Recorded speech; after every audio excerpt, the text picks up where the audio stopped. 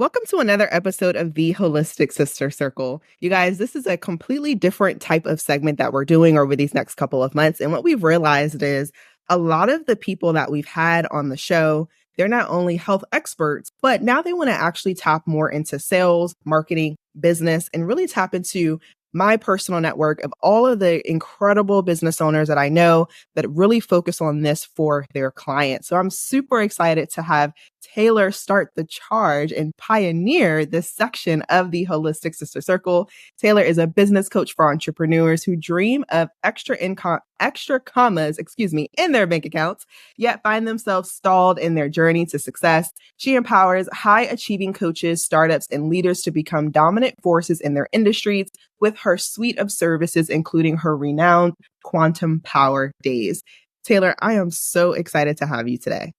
Yes, thank you for having me. I am so excited, honored, and delighted to be here. Amazing, amazing. So as we get started in this new segment, I would love for you to just share a little bit about what does holistic business mean to you? I think this is so important. You know, we talk, again, on our show, we talk so much about holistic health, right? But how does business really play a part in our health, and why is it so important? So I think the very first thing to understand, at least for me, is that holistic business is not just doing one thing in one way or being really good. Like I see a lot of entrepreneurs who are really good at one thing, whether that's offering their product or their solution, or maybe they're great at marketing, but not being able to give a good customer experience. There's so many facets of entrepreneurship that you have to have a holistic approach to be able to be successful in the highest levels. Additionally, within that, I'm going to have to say intuition and following those gut feelings, following your intuition, however it comes to you, when it comes to your business, is of the utmost importance to have that holistic healing in your physical body and space through and with your business. Because so many entrepreneurs, someone says, hey, do this way and you'll be successful. Mm-hmm. And then you do it that way to a T and it falls flat on its face. And that's because it wasn't an aligned and congruent action for you and your business. And so the intuition piece has to come in first. Otherwise, it feels like you're constantly running your head into a wall, and physically you start to hold on to those emotions. You start to feel the shame, all of these other pieces that come with not being successful as an entrepreneur because you're not taking aligned and congruent action. And so then your body starts to take the toll, your mindset starts to take the toll, your emotions take the toll, and it's a downward spiral. But I believe the key to the holistic piece is looking at all of the elements and components of business, but also making sure that as you're looking at those, they are led by your intuition first. And I love that you say this too, because I mean, how many of us go through that, right? Myself included, where we do everything, like you were saying, to the T, and we have these conversations with our mentors and our coaches, and they're so successful, and we wish we could, do the same thing, and we try it and we do it, and it doesn't feel good in our body. It feels sticky. It doesn't feel like it's aligned with what it is that we're doing, and we're frustrated, and the coach is frustrated because we're not following the blueprint and all these different things. How did you rediscover that about yourself, right? How did you decide, okay, now is the time that I'm not going to focus on what my coach is saying, what my partner is saying, whatever, but I'm actually going to stand tall in my beliefs and really focus on what's aligned with me? Yeah. So I actually, for the longest time, didn't believe I had intuition. And I was working with a coach, and bless her, but she would say things like, oh, I just got full body chills. I know that's right for my business. And I'd be like, okay. I don't get full body chills. What the hell, And then other people be like, oh yeah, I just felt it in my gut. And I'm like, I'm feeling nothing. But yeah, so I was with this coach, and she would say these things about how she had this intuitive hit and she knew it was aligned and she knew it was right. And I wasn't getting any of those. And full transparency, it pissed me off. I was so mad because it felt like, okay, here's these people, because I was in a group and I had a coach and all this. Here's these people that have this intuitive, like super secret power that's leading to their business success. And I am doing everything right, air quotes, right? I'm doing everything right. and not getting where I know I'm capable of getting. So I was actually really upset that people were using intuition and I felt like I didn't have it. And then I discovered that there's actually over 60 different ways that you can experience intuition. And it's like a fingerprint. It is custom for every single person. And so it's not just what they call like the clairs. So it's not just your clair senses of clairvoyance or clairaudience or, those types of things, or the full body chills or the stomach. Like I feel it in my gut. There's so many different options for that. And once I figured out what intuition meant and looked like for me, that is when I started to be able to take that aligned and congruent action and move forward. But it really came from a spot of being livid that people had this super secret power that was leading to their business's success and they were happy while they were doing it. And I'm over here struggle busting it, being like, what is going on? How come I'm doing everything right? And I'm smart enough. I'm talented enough. Like I know what I'm doing. Why isn't this working? And so the intuition piece really came into play through that anger of like, I'm going to figure this out. And then really coming into, okay, so this is what it looks like for me, regardless of what other people have going on. And then it's not that I stopped listening to business coaches or experts, because I'm a business coach. I can't be like, just ignore them all. But I started paying attention to going, all right, they're telling me that. Does it feel like it's a good fit? Or is that just something to maybe backlog? And that really supported me in starting to make the right decisions for my business that led to success and happiness and holistic life being supported by my business. Additionally, I would say that if anyone's listening to this going, yeah, okay, but how do you discern between the coach's stuff for yourself? As a coach, I ask my clients, I say, hey, how does this feel on a scale of 1 to 10? And if it's a 7 or below, we scrap that idea. It's not a good fit. And some people will say, well, it might be their limiting beliefs that's making it lower. Totally. But if it's a 7 or below, those aren't limiting beliefs that are ready to come to the surface and be cleared yet. So if it's a 7, so if it's an 8, 9, and then a 10, 10 is great. If it's an 8 or a 9, we ask, okay, what would make this a 10? Oh, well, it's just this one word I'm hung up on. Okay. What do we need to adjust that? Or I'm worried about this. Okay, let's clear that belief. And it really supports taking intuitive action with a business coach or with a mentor when you can ask yourself, or they can ask you and confirm with you, hey, on a scale of 1 to 10, how does this feel? And that allows you to take that intuitive action that is congruent and in alignment, which leads to that massive momentum in your marketing that's supported by your operational processes, allowing you to scale, that allows you to implement strategies that add velocity without burnout. Again, holistic here, and ultimately execute on all of that with ease. There's so much about that honestly, it really stood out to me. And a lot of the people within our community that we serve and that we have connected with.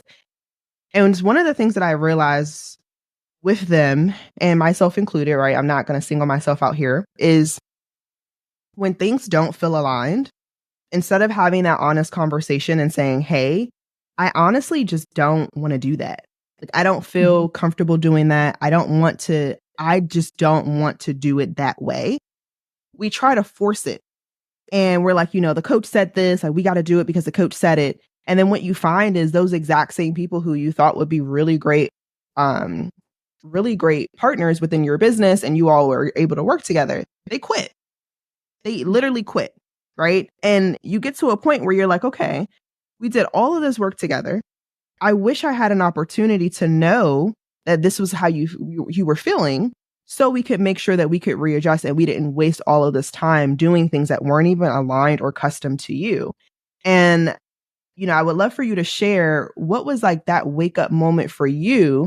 And what do you feel like, even if you can be transparent as you want here, but if you were to think of just one thing right now that you have found that your clients have really struggled with in this area when they were first coming to you, what did that look like? So I'd like to share a story and then answer that second question. So I actually am an owner in a health and wellness company, and I'm one of 3. And the 2 other owners came to me and they said, we have We have the story, we have the clinical background, we have all these pieces in place, but we need somebody to help with the business side. And so they invited me to come in and be the business arm of our stool there, right? The business leg. And so I built out a contract and said, this is what I think it would look like. And then I sent it. And my friend and now business partner was like, okay, I'm ready to sign. And I went, don't sign it. She goes, what? And I'm like, it doesn't feel 100% aligned. Like I know I created it and I sent it to you, but please don't sign it. Like I need to go back and review it and make sure that there's something in that doesn't feel 100% like, oh yes, let's do this. And it was like, oh, this is an amazing opportunity and that they're a friend and it's such a great world changing business. I want to be a part of it. And so I built a contract how I normally would build a contract, sent it. And then it was like, that's not right. So she was like, okay. And so then I rework it in a way that feels way better and is different than what we had discussed. And I said, okay, this is where I'm at. This is what I've adjusted it to. It's actually way more beneficial to her than to me, but it feels much more aligned and I'm much more comfortable with it, even though I was comfortable with the other one before. And she goes, I'm so glad you had said something because I kind of felt that way too, but I didn't want to say anything and like upset you or make things this weird thing. So I trusted you. So I was just going to go with it. And I just kind of felt that little bit of that intuitive nudge that it wasn't 100% right. But I was just going to let, you're the one who built the contract and so I was just going to trust it. And I was like, well, first off, don't ever do that again. Like, tell me. But second off, thank goodness that I was connected enough to go, wait, don't sign that. Never mind. Like, we're going to void that one out and start with something different. And it's those little moments, whether it's partnerships, whether it's clients, anytime, like it doesn't matter. It's those little moments where you're like, I'm not quite sure about that. But we tend to move forward anyways because we don't want to upset people or we don't want to delay. And obviously this is the holistic sister circle. So I can say this as women, we've often been told to defer to the experts. Like we have been domesticated to refer to the experts. Oh, the doctor is the one that knows. And I'm not saying that they don't know, but if you intuitively are like, that's not 100% right, instead of dismissing that by coming forward and being like, this doesn't feel 100% and really understanding that, it can transform your business. And in our case, through that story, it transformed our relationship to be so much stronger and better. And also we trust each other more. Right? She trusts me a lot more because I'm like, this doesn't feel quite right. And I'm going to say something. And that really helps support the business growth, our relationship growth, those partnerships, and that long-term communication as well. The other part of this that I was going to say is when it comes to working with someone or those decisions of like, okay, well, how do I know if this is really aligned? Or how do I say to the coach, like, hey, this doesn't feel quite right? I would say a couple of things. One, you want to work with a coach who's going to ask you how it feels and work through it with you. If they are not doing that, that gives me reason to pause on why they're your coach. But the second part of this is you're paying them to work with you. You are the one who says, this doesn't feel right. Let's figure something else out. And they should be a good enough coach to be like, okay, great. Let's figure out another alternative. Because this is what I'm finding. I see a lot of people too that will come to me and go, I know I should be on social media and I should be consistent, but it's so disingenuous. And I've done it. I've posted for 90 days in a row and I just didn't feel like it got anything from it. And I hate it. And I know I have to do that for my business. I'm like, no, you don't. You do not. There are a million ways to make $1 million. So let's find another way that's aligned for you. And that's not saying that you never post on social. It's saying that maybe that's just not the thing right now and it could be different later. But if you're 100% against it and you're coming to me being like, I know that I should, that's where my red flags pop up and I go, no, you shouldn't. If it doesn't feel like it's right to you, and I keep on saying feeling, but even if you just have that initial thought of like, I don't know if I really am aligned to do that. That's enough to say, coach, I don't know if I'm really aligned to do that. And then let's talk about it. But it really comes in owning your power and also working with the right people. And ultimately, it is your business. It is your life. If it doesn't feel like it's aligned, it is up to you to stand up and say, I'm not going to accept anything less than what feels aligned. And the beautiful part is speaking to business owners here, right? You can make your business whatever you want it to be, right? There are no rules. I was working with a client the other day and she was, I think I should do a course and I want to do a course. And every time she talked about it, her body language would shift and kind of like go a little bit concave. Her voice would be a little less excited. And I was like, okay, tell me why you want to do a course. Well, I want the recurring revenue. Okay, you have to market your course with the same energy you would market anything else. So hypothetically, are you willing to market this? Are you excited about it enough, passionate enough about it to speak about it every day for 90 days without stop? Oh, no. All right, let's figure out something else, right? But it was because somebody told her, you should be doing, you're a coach, you should have a course. Right. Well, it is not a build it, they will come scenario. And it never has been, folks. It never has been that way. But somehow we've all been told it should be that way and we should have courses. And so it was like, all right, if you could do anything in your business that you want to, what would it be? And P.S., we can do anything we want in our businesses. Like there is no rules, right?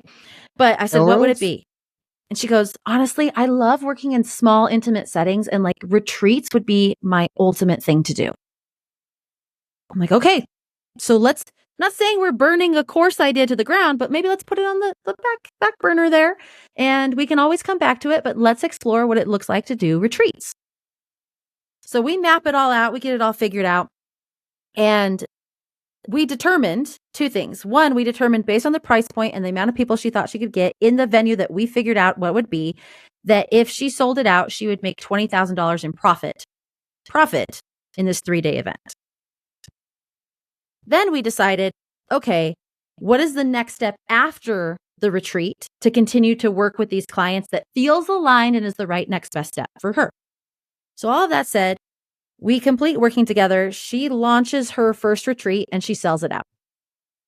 So there's $20,000. And I'm not saying that if we had done the course, it wouldn't have been the same, but the energy is so different when it's like, this is what I want to do. This is what I feel called to do. This is what I'm aligned with. So fast forward another 3 months, she hosts her second retreat. She sells that out plus some. So she had 12 people there. And 11 of the 12 signed up for her next level program, which is $30,000 a person. Wow. Okay. I can say with full confidence based on her audience size that amount of money from a course would have taken 3 years minimum.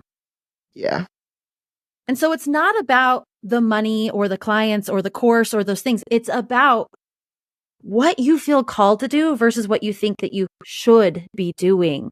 And really asking yourself, what is my language? Am I saying I should? I need to take a step back and ask, what do I want? And then move in that direction. And that is the first step to really tapping into your intuition and then saying, okay, how's this feel? Scale of 1 to 10 and getting it to a 10 or dropping it and moving to the next thing because it's not congruent. What you're saying is just like so many bars and headlights just went off for a second. And I love this because, another big thing that we've learned just within our community as well, and just as women, is the blocks that we put on ourselves when it comes to money. Like we say, we want to work with these clients, we want to help these people, but then we self-sabotage because we're either not paying ourselves enough, or we don't really want to work with this client, but we feel like that we have to because we really need the money because our husband just told us the other day that he was going to stop, supporting it, right? Because now it's an expensive hobby and he doesn't understand why you're still doing it. You're not making any revenue from it, but you're so passionate about it. And he feels guilty for not continuously investing in it because you are passionate about it, but you can't seem to get this block out of your mind of what this lifestyle should look like for you and your family in a way that feels authentic to you, that you are actually excited for people to give you money because of what you do. And I would love for you to share a little bit about that. Like, what does that what has that looked like for you? What has that looked like for your clients, for your partners, your relationships? What have you, what have you learned from that experience? So, two things come to mind here. And the first is that I was working with a client and she came to me, and this doesn't happen very often. So this is kind of a one-off in the moment that she came to me. But she came to me and she said, "Look, I've got a month. I've got 30 days, and then I have to quit doing this and get a job if I don't hit a certain amount of money." Oh, okay. Like, we're in it. Let's go. So we looked at our offers and we looked at these things, and it was a seasonality time where we were coming up on the end of the year. And I'm like, what if you offered something like this that you're not offering right now for this price point to 10 people, which is totally doable. And that will get you to your numbers to give you some of that safety net to then let's build something more sustainable. And she's like, yeah, I can do that. And that sounds great. That feels like a 10. Let's do it. Perfect. So that's week 1. Week 2, we're connecting, and I said, "Hey, what do you feel about this and going into this spot?" Da, da, da, da. And she goes, "Well, I feel good. It's like an 8 though." And I'm like, "Cool. What's making it an 8? How do we make it a 10? And she goes, "Well, I just don't want to come across super salesy. And I don't want to go into people's DMs and be like, 'Hey, you should come and buy this.' And da, da, da." And I wasn't saying go into people's DMs cold, but it was like, "Hey, if you have past clients that you think this would be a good fit, reach out to them and say, 'Hey, I'm doing this. I only have 10 spots. I thought of you. I would love to share more if you're interested. If not, how are you doing? How were you through the holidays?'" Like, connection based. Right. And she goes, "Well, yeah, I'm worried about being salesy, worried about all these things." And I said, "Look, wait 30 days. At this point, it's 24 days or whatever, right? Wait 30 days. And that belief won't be a problem anymore, because that belief only exists because you have a business." Mm. And she was like, "Oh." And I love this because she said this. She goes, "I don't have time to coddle my beliefs." Oof. You right? That was a Like, bar. I don't that's have the thing. time to coddle To my coddle my beliefs. beliefs. Oof. Because that's the thing. She had 30 days and we had to get some money in the bank account. And I mean, it was 5 figures. And so it was like, we have to get some money in the bank account. And this thought that is holding you back, or this belief that is holding you back, cool, hold on to it. Wait 30 days and it won't be there anymore because the business isn't there anymore. Mm-hmm. Or we can work through it and come out on the other side because we don't have time to coddle it. And that was so powerful. And so I see that a lot with entrepreneurs and business owners, where it's this thought or this belief that is keeping them stuck, and they hold on to it for a very long time. So when you talk about our money blocks, right? We're holding on to these beliefs, and it's like, yeah, there's no deadline, but also at the same time, do you really have the time to coddle those beliefs through your business? And so then there's that pressure point where, like, a partner or spouse comes forward and is like, why are we doing this? This is a really expensive hobby, and you're stressed out about it. Like, you love it, but also you're stressed to the max and you don't know what to do and you're turning to everybody else. And we're just putting money and money on top of it, right? We're hiring people that don't make sense and just all this stuff. And so a lot of that is that we've been coddling our beliefs to the point where we thought we had time and we really don't. And that's when that partner, that spouse comes in. That's usually an indicator of, like, we've got to ask ourselves, okay, what am I believing about my business, about myself, about money, about sales, about marketing, whatever it is? What am I believing about that is keeping me stuck? And how have I been coddling it? Versus, okay, there it is. Let's move through it because I do not have time. If I'm going to make this business work, I've got to, this business dies, that belief goes away. And that's a great indicator. If I don't have a business anymore, does this belief stay? No. Okay, so it's based on my business. I've got to work through it to get my business to grow. The second thing I was going to say is I was speaking with some clients the other day, and it was a pair of therapists who had gone in business together. And they are excellent at therapy. And they're trying to get good at business. And so they're talking to me and they're like, yeah, we're doing an event here and we're sponsoring this here. And then we have our virtual therapy and we're doing this. And they start, like, listing off 10 different things that they're doing.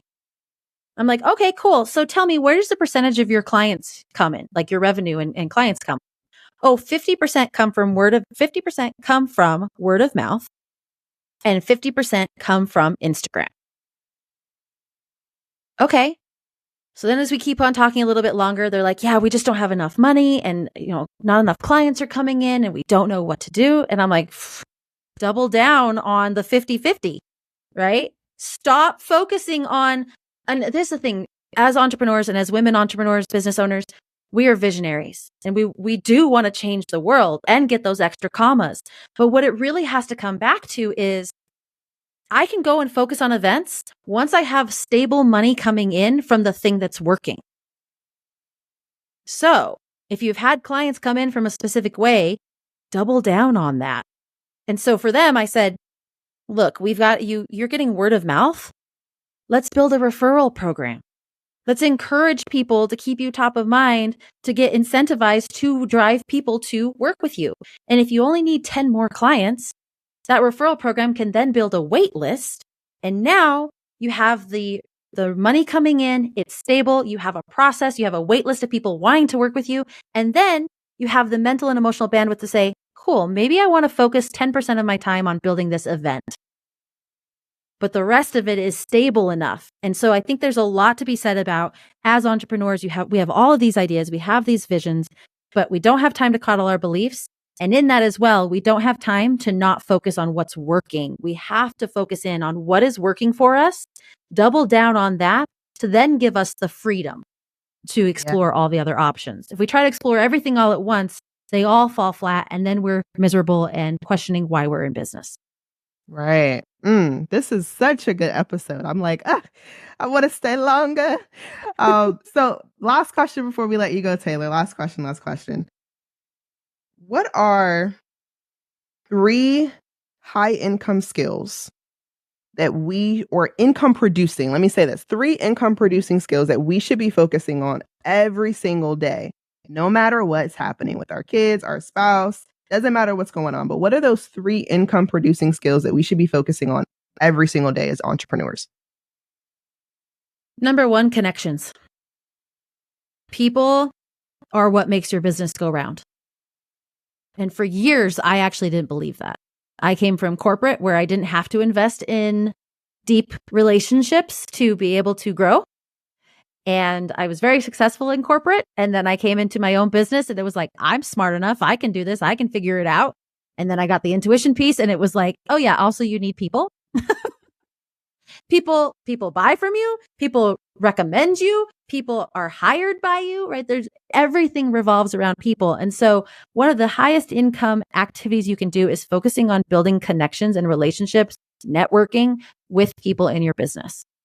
Because and for your business and collaboration opportunities or clients, but whatever it is, focus on building those relationships.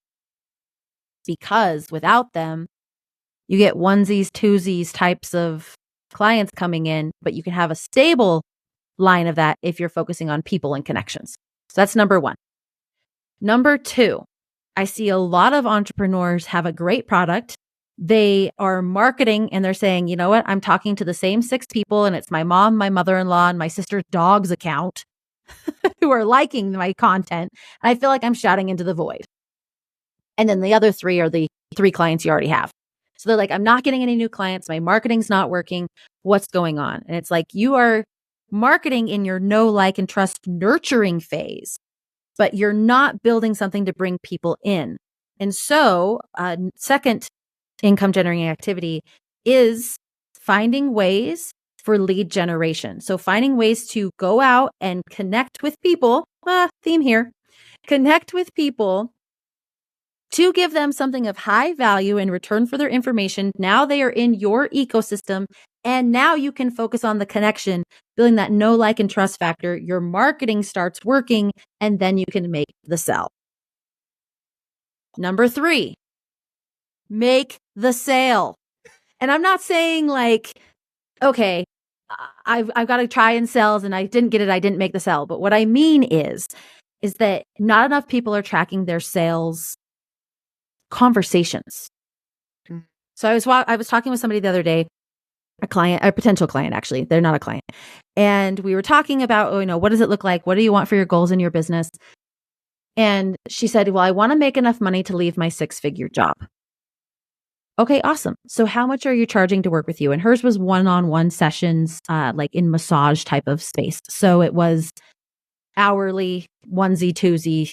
There you go. And so I said, how much does it cost to work with you for an hour? And she said the price. And I said, okay, so how many clients have you had in the last 6 months? And she said 3. I said, okay, how many sales conversations have you had in the last 6 months? Because I'm thinking, is it a price point? Is it number of conversations? Is it conversions? Like, we got to figure out where the gap is. And she said, oh, I've had 6. I'm like, so you've had 6 sales conversations. You've converted 3 of them. That's pretty good. 50%? Damn straight. Yeah. Right? That's excellent. You've converted them, but you're never going to make your numbers 6 people at 6 months at a time. Right? Right. So then I'm like, you've got to get in front of people and say, this is what I offer and how it can help you solve X problem. Mm. That's the sales, that's make the sell that I'm talking about. Because I find a lot of entrepreneurs, especially in that first 1 to 3 years, they don't talk about enough about what they do. And they also don't make the sell. Like, they don't say, this is what I do and how it can help you. Contact me to learn more, or let's set up a call. Or my other favorite is, I had someone, she went out and talked and spoke with a whole bunch of her ideal client. And she's like, oh my gosh, I talked to so many people that are my ideal client. And I told them what I did, and it was absolutely amazing. And it was so great. I said, awesome. How many calls did you schedule? I didn't. I'm like, you spoke to 40 of your ideal client. You told them what you do. And I mean, I'm saying this lovingly, of course, but I'm like, you told them what you do. They said, that sounds amazing. And then you walked away. And she's like, yeah, I did. And I'm like, dude, okay, now we got to focus on that belief that, like, you don't want to be salesy because you just talked to 40 people who told you that what you do is what they are looking for. And then you left them hanging. Like, we got to make that sell. You got to be willing to say, this is what I do, how it can help you, and let's talk about it. So those are the big 3, because I think that you got to be focusing on people and connections. You've got to make the sale, and you've got to be bringing people in to your marketing as opposed to expecting your marketing to bring people in, because your marketing for your know, like, and trust, your nurturing, which is where a lot of people's marketing is never going to bring in the level of people that you want. You need to find out your lead generation activities, offer something that's of high value, get them in your ecosystem, and then nurture them to make the sell. Yes. Thank you so much, Taylor. This has been amazing. Now, for those who want to continue to connect with you further, what does that look like? How can we reach you? Absolutely. So you can go to getgoodatbusiness.com. There's going to be a theme here in everything that I say. Everything that I do is around helping entrepreneurs get good at business so they can get back into the heart of why they got into business in the first place. So if you go to getgoodatbusiness.com, you can find all sorts of ways to connect with me. If you're on socials, the handle Get Good at Business is my handle. So just remember Get Good at Business, and you'll be able to find a way to connect with me, and we can set up some times to chat and see where you're at in your business and if there's some opportunities for improvement. Amazing. Well, thank you so much. This has been phenomenal. And it is our day 1 of we're bringing back sales, marketing, and customer success within the Holistic Sister Circle. And we're so excited. So thank you again for your time. Thank you. Queen, thank you so much for tuning in. It truly warms our heart that you're taking the time out of your day to connect with us. If you'd like to connect with our guests further, you can find their information located in the description section of this episode. And if you found this episode helpful, share with another queen. And don't forget to connect with the Holistic Sister Circle on Instagram and Facebook. And until next week, stay blessed. Mwah.